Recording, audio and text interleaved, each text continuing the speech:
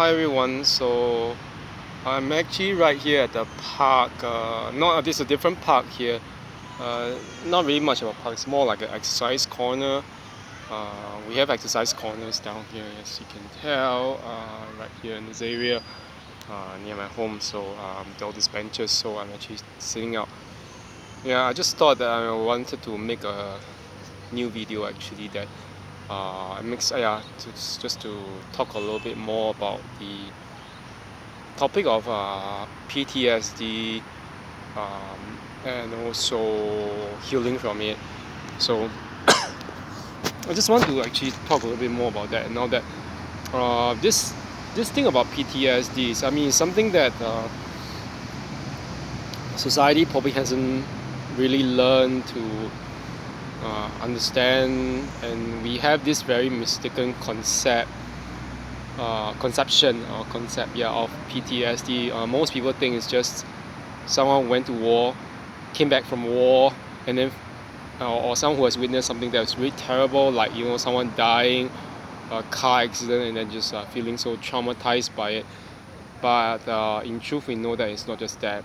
PTSD can vary in terms of the manifestations, and sometimes I don't think it's so much the event that happened. It's not the event that happened to you. It's how the event that happened left its effects, and how on you and how it scarred you.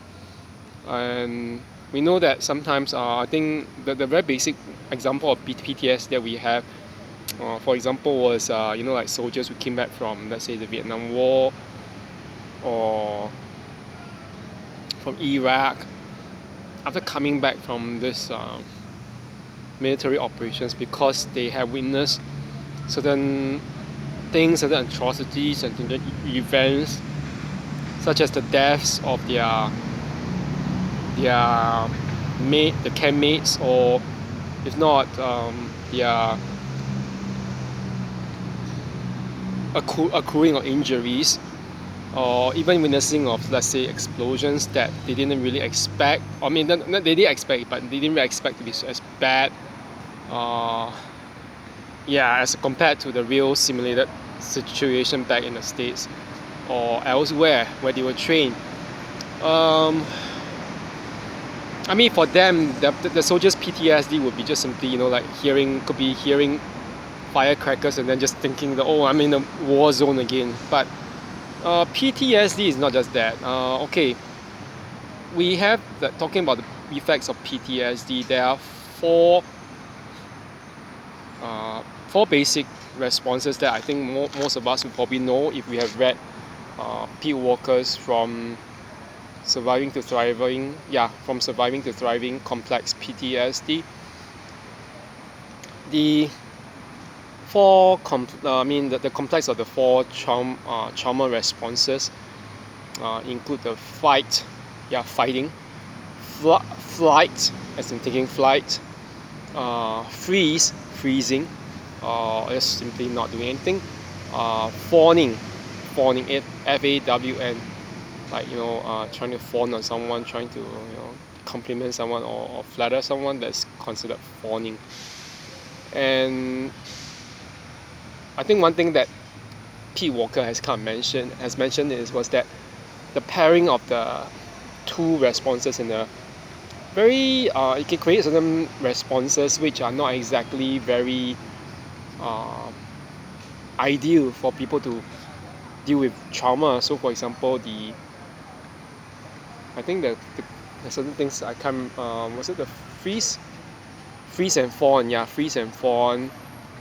flight and freeze, or there are certain contradictory pairings, but that aside, I think that the PTSD effects are the thing that we should be looking more into, especially in the aftermath of narcissistic abuse. And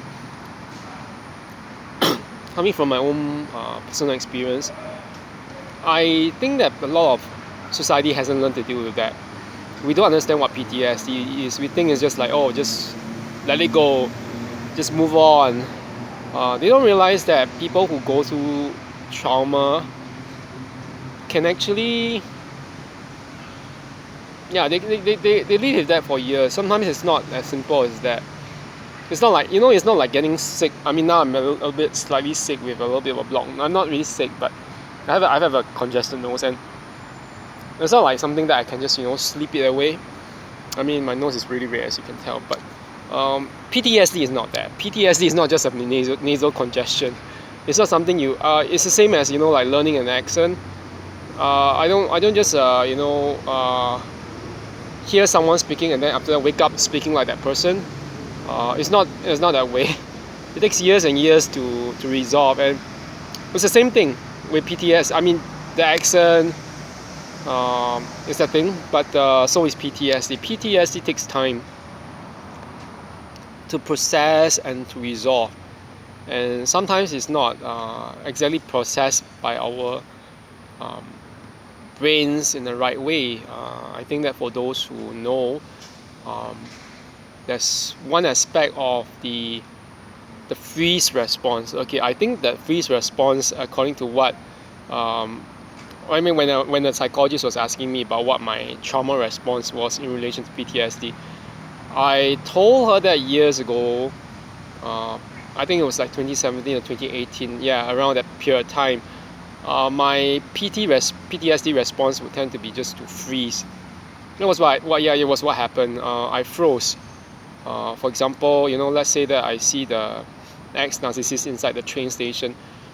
I mean the train carriage, from distance, or even, I mean, whatever. I mean, and I'll be like, oops.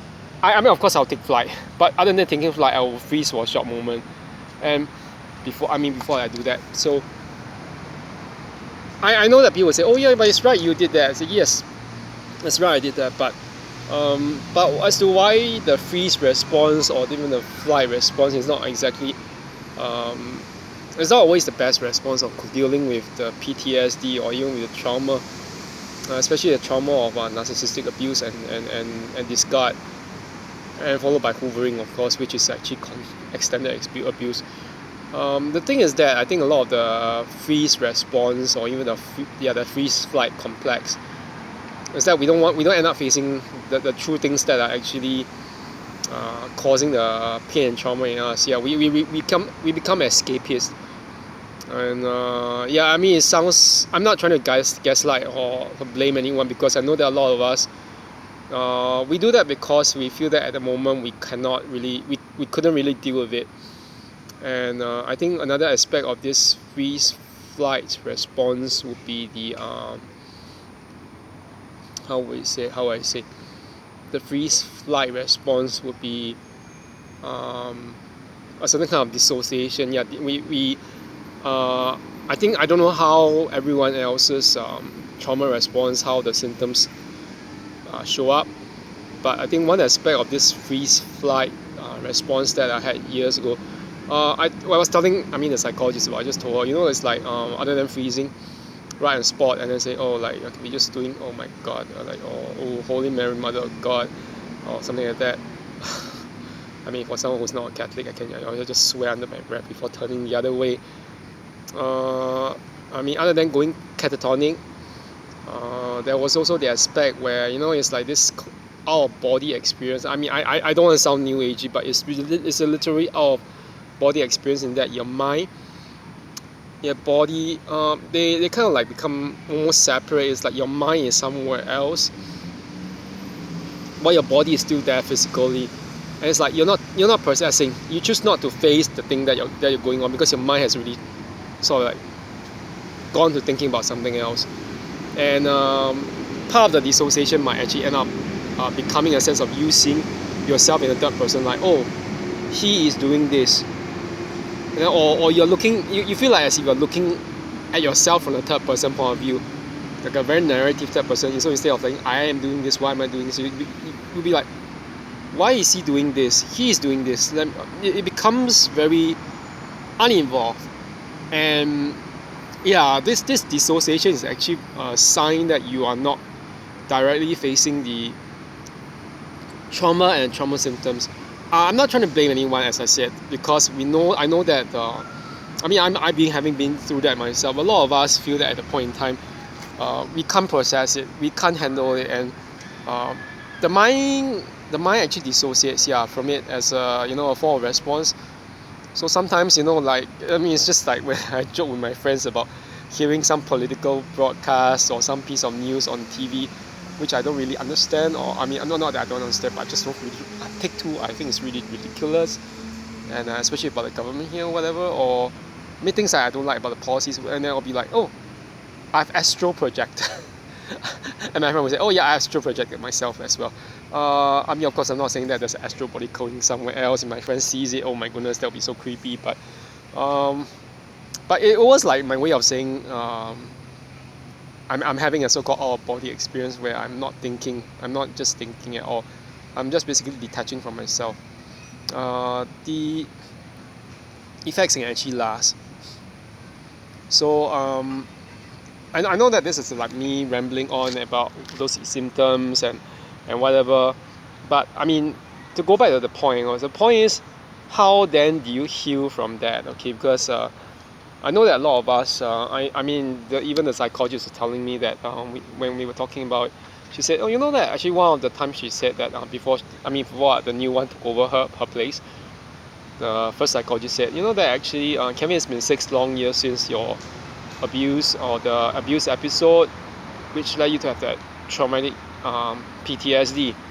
And it's 6 long years of healing. That was last year when she said that. She's kind of like implying that it's time to really move on and to heal and to resolve all that symptoms. So for me, I think that the one way that I'm not saying that I'm fully healed, because after all, healing is a very lifelong process. We might resolve this PTSD from this episode, but from then on we might trace it back to certain earlier episodes in our past, during our childhood, during our even during our adult lives, which were prior to these PTSD episodes, that led us to become more vulnerable. So but that said, I think the real point is that with PTSD, as long as you're running, as long as you're not feeling it or facing it, it will come back and haunt you. So it's a little bit like it's a little bit like the Stephen King movie It. If you keep on running away from that, the demon Pennywise, you're gonna actually come. It's gonna come back. It's the fear that haunts you. I'm not telling you to go back to your narcissist. Please don't go back.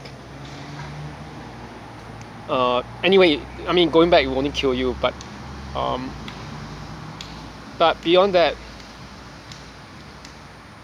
the point is the narcissist, whatever they left in you, he or she or they, depending on the gender or number of people, but they left certain wounds and scars in you. And just like what Melanie Tony Evans said, you can't blame whoever. I mean, of course you can blame whoever for putting the arrow or the knife in your back, but is it going to really address the wound? The next thing you should be doing should be, getting that wound tended to, instead of blaming someone. I mean, of course, we know that the narcissists, they deserve every bit of what they really deserve in terms of punishment, but it's not actually always our job to do that. Even unless we have a lot of power, politically or legally, but even then, that's another issue. The issue is that we should be focusing first on our own healing. So the one thing that I realized was to face it. Facing is very important. So I mean, the thing that these kind of things the reason why they have such effect on us is because it's really lodged in our bodies. A lot of us don't, I know that especially in certain religious sectors, religious circles, this idea of it's an offshoot of organized religion itself. The whole idea of repudiation, renunciation of the body. The body is evil, blah blah blah blah blah. But that God is never exactly against the body, because if He's against the body, He wouldn't have made us with the body. The body, our voice, our eyes, all these different organs, our hands, our feet, they are the way in which we express ourselves. Even our organ heart. Can you imagine if both this brain and the heart are both dead? They're not working. Who are we? We're nothing but dead bodies. And these are all not just physical, but the thing is that when we have PTSD, the PTSD is lodged in our bodies. It can be certain parts, and we don't always feel it immediately. So the point about therapy, and not just therapy itself, but even our own inner work, is to help us feel our body, where the PTSD is being located. So I know that actually for us, a lot, for me especially, the PTSD was largely around my heart area, because I felt that it was a bit, I was telling my friend recently that, after watching Scream 6, yeah, there's this feeling, when you see those, the ghost face killers, the ones wearing masks, the one thing that they love to do was to stab their victims multiple times. But other than that, one of the common thing was to actually stab with the blade and then twist the blade. And of course, there was another twist where in Scream 6, one of the characters, Tara Carpenter, was the good girl, ends up stabbing one of the ghost faces in his mouth and twisting the blade before she plucks it out to finally just to kill him, because she knew that she wouldn't get away if she just leaves it like that. Because they were really out to kill her and her sister. And the same thing with Samantha Carpenter, who was like stabbing the detective who was actually one of the ghost faces. So the whole thing about twisting. I mean, back to the whole thing about where it's located in. For me, I knew that it was in my heart. That particular ex-narcissist, had done a very calculated move to create betrayal and abandonment trauma in me. Discarding me at a time where I thought that I needed a lot of help or support, if not help. When I was financially destitute, emotionally I was in need of someone to be stand by. But what they do was to just leave you precisely at a point when they know that you need help and support, because they know that it's the twisting of the blade that they think could kill you or destroy you totally, and emotionally and physically on all levels, or even spiritually. But I just want to just put it out there that it's not, they won't get away if you know how to face it. Okay, you need to go into the locate it, and sometimes it just takes a little bit of like deep breathing, closing your eyes with no distractions, breathing, and we're all breathing in and out with a controlled regular rhythm, like 5 breaths in, holding for maybe 1 or 2 seconds, and then 5 breaths out. As in 5 seconds count out. Just feel or sense where that discomfort is being felt. When you know where it's being felt, you'll be able to locate where exactly and how you'll be able to make connections as to how that pain or that trauma, all the effects are linked to how it's linked to what is being done to you in the narcissistic abuse. So I've said that for me it was my heart, the whole sense that not that I've been stabbed before, but it felt like that, like when someone abandons you and then betrays you right at the point when you thought that you needed really to have some support. But they don't do that. They don't honor you, and they betray you intentionally, in fact, because it's something that they enjoy. That led to that wasn't wrong. The heart, the burning sensation, the whole thing felt almost like something was burning across my heart. Someone stabbed it, and I was stabbing it when it was burning, twisting the blade, and that was that feeling. And I realized, that was why it wasn't something that I kind of resolved for years. Yeah, the abandonment trauma and betrayal trauma. So there are other things like for example, my gut. I had a lot of like digestive problems during the aftermath. In the aftermath of the narcissistic abuse and his gut.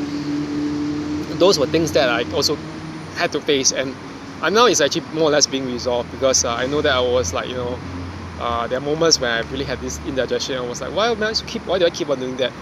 Part of it is not, it's not really diet, it's not really diet related, but I think it was a real anxiety, the anxiety of feeling that I need to answer to someone who doesn't really care much about me, and then realizing, oh, you know what, I don't need to do that.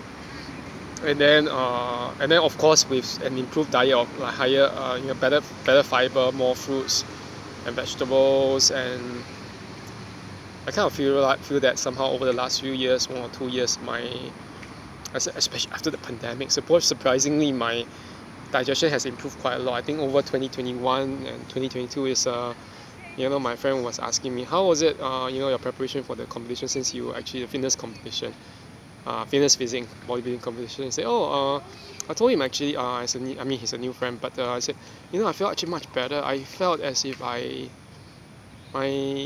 less stressed for some strange reason before the competition. Maybe because my digestion is not as problematic.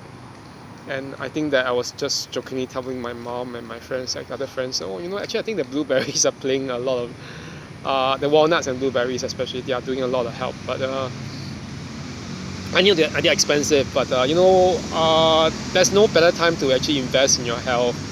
So I think, just get back to what I was saying. You need to feel your body where that particular PTSD effects are located, and you need to actually establish those links where and how they connect to what caused the PTSD, and from there you can actually resolve it. It can be diet, it can be just simply change in lifestyle habits, and if it's not change in lifestyle habits, such as exercise, better sleep or whatever, or even simply things like learning to live with yourself, like something like that, they can really do a lot of dramatic change. So I just want to actually just put it out there. There's PTSD or even narcissistic abuse is not a death sentence. No, they're not death sentence. Please don't ever think that way. Okay, you have the right to live a better life. Actually, I wouldn't know, because there was a period of time I thought, I'm never going to be able to actually go far and travel far, but there was kind of feeling. But I didn't realize that until 2019 or 2018. 2018 I actually went to Australia, back to Australia, in Sydney, and also to Hobart, and in Tasmania. And then I actually also visited Kuala Lumpur, Malaysia, and also like South Korea, Seoul and Busan over that period. And in 2019 I was actually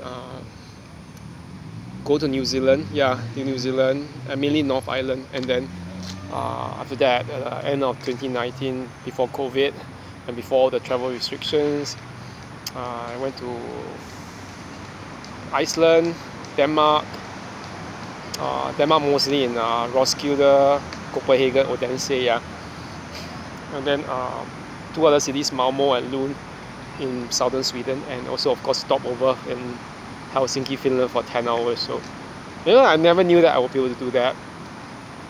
And that feeling is a realization, that there's no death sentence to narcissistic abuse or even whatever, the effects of PTSD. You shouldn't be thinking, like in this very dissociated state, what is my life coming to? Don't ever think that way, okay? Your life is not autopilot. You can break out of that kind of thing. So today I'm actually quite tired, so I'm not sure why. I think it's maybe just the fact that I'm having a congestion. The body's trying to fight that, the thing. And then I was a very sensitive nose, so, and I've been thinking a lot more vitamin C today, just to hopefully my body will recover by Thursday and before Good Friday, everything. But but anyway, that's it for now, and I will come back later when I have something else to say and to upload. And that's it for now. Okay, have a good one, everyone. Bye bye.